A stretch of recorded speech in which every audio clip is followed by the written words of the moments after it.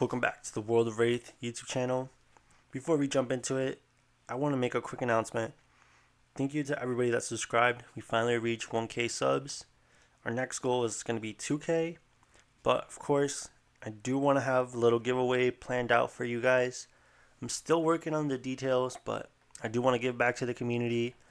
I love all the comments. A lot of them always just make me laugh, and I'm very excited to grow the channel more. Stay tuned for that giveaway. It's not going to be in this video. It'll probably be on a market watch video.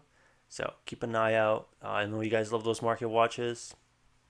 Second thing before we jump into it, YouTube stuff. Hit that like. Leave a comment down below. Tell me if you think FANG is lit, or tell me if you think FANG is dookie.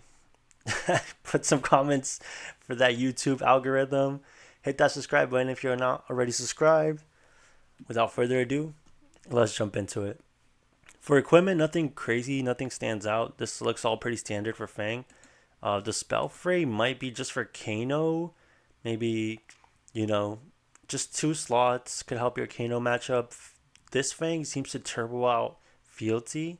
So it looks like maybe it could close out the game pretty fast. And being able to stop Kano with AB1 and spell fray 2 could be pretty good. Now, thing that is different about this FANG deck from the other FANG decks is it's actually running attacks that cost resources. In Dear Devotion, for 1 resource, if it's your second Draconic Chain Link, you create a fealty. It's kind of like the parallel to Affirm Loyalty. This was seen play when FANG first came out, but I think it got cut as the 1 cost was not really fitting the cost curve of the red and yellow FANG list we will see. What we used to see. But this list is actually rocking 15 blues. So it's able to play some of these high cost resource. And by high cost, like 1 isn't a lot, but for FANG, it is, significantly higher than what he's used to. But playing all these blues allow him to play that, along with For the Realm and Hunt the Hunter. This deck really seems like it's trying to turbo out Mark and Fealty. Hunt the Hunter being able to mark them, For the Realm being able to make fealty if they're marked, and of course FANG's ability that if you hit a marked hero, you make a fealty token. This seems like it's just trying to turbo out fealty, trying to turbo out mark. Also, Fire and Brimstone, I see in a lot of FANG decks, it doesn't see play. Sometimes it does, sometimes it doesn't. Sometimes you bring it to certain matchups. Having such a high blue base allows you to play this as Chainlink 1, which I think is what you want to do to get the most value out of it. Of course, to play it for free, you need to play it as Chainlink 2. But if you play it as Chainlink 1, it's going to cost you 1. And then all your daggers are going to get +1. And you can attack with them an additional time. So I think playing such a high blue base lets you actually cast Fire and Brimstone more consistently, which is something that I see a lot of FANG decks don't really play. But this is essentially his specialization, so I'm glad that this is seen play in this list.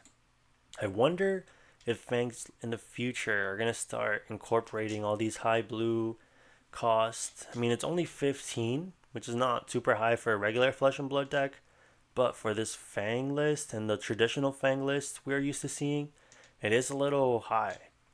But it does allow him to play more of these powerful marks and fealty makers. Besides that, everything seems pretty standard here until we get to the blues. Glint the Quicksilver, I think it's just a staple in all warrior decks. Incision and Nip at the Heels are essentially the same thing. Blue block 3s that just give you a +1. Something to note is you cannot use Nip on the Heels on these big attacks. It has to be a 3 or less space attack. And Incision can only target daggers. So I wonder why these were the blues that were chosen. Maybe since they're reactions and not front pumps. I think front pumps often were played in FANG, but maybe having this little evasive damage was just more value. And then Relentless Pursuit, I think this is a staple in FANG. I mean, being able to mark them by playing this, blue block 3, it's great. Then Warmongers, maybe this is for Dash.io. I'm not sure what other decks it really hits, but it's a blue block 3, super strong. Can't never complain about blue block threes. And then we have 10 D reacts in the inventory. Smoke out, I think, is just a staple in FANG. Being able to mark them really gets your game plan going. Sync and Fate, the OG staples, but only one shelter. I'm curious why one shelter instead of three shelters and one Fate. If you guys know in the comments down below, let me know.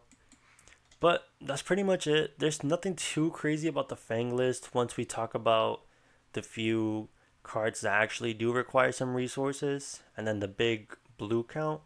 Besides that, everything is standard, but I think this is slowly how FANG's gonna build. If you're a FANG player, if you try this deck, let me know how it's running. Let me know if you like the higher blue cost along with the little more expensive attacks and reactions. I'll leave the deck list on the description down below if you guys want to try it. That's all I got for you guys today. Thank you all so much for watching. Peace.